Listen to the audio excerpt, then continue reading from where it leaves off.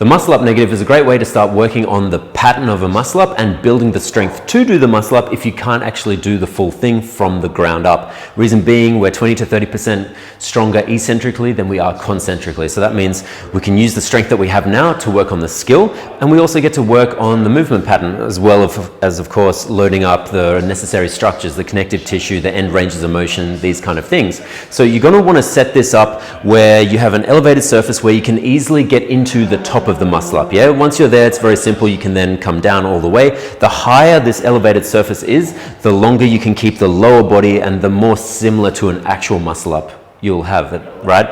But you might have this on a shorter setting because of height limitations or whatever, so then you might have to bend the knees as you come down. But we've got the perfect setup for T, so you'll be able to see the full thing.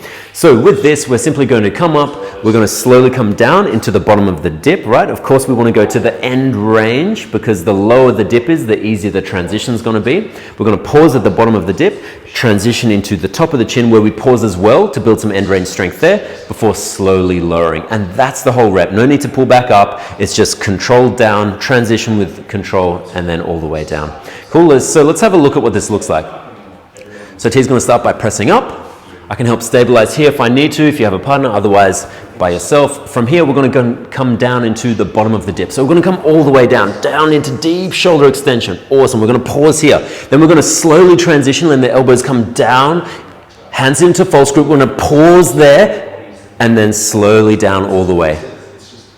Fantastic. T, do you want to set that up again? We'll show you one more. So we can do that with body weight, right? But say you get really good like that, same level as T, then you can start to weight this up and actually get a weight belt on you and start with light increments, you know, the 1, 2, 3, 4, 5 kilos, and then start to progressively overload this movement pattern. But the key is the speed in the transition. You want to go as slowly as possible. And say you're going through the transition and you drop, feel free to put the feet on the box to help you slow down the transition. T, can you show one with the feet on the box?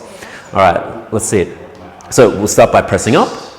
We're going to come down into the bottom of the dip, super slow, all the way down, all the way down, all the way down, pausing here. Now we can have the feet on the box for a bit of support to make this transition as slow as possible. Keeping the rings close to the body, let's transition to the top of the chin, keeping the elbows nice and close. We're in false grip now, that's the key. And then from there we could slowly step off and come all the way down as we have the strength to do so.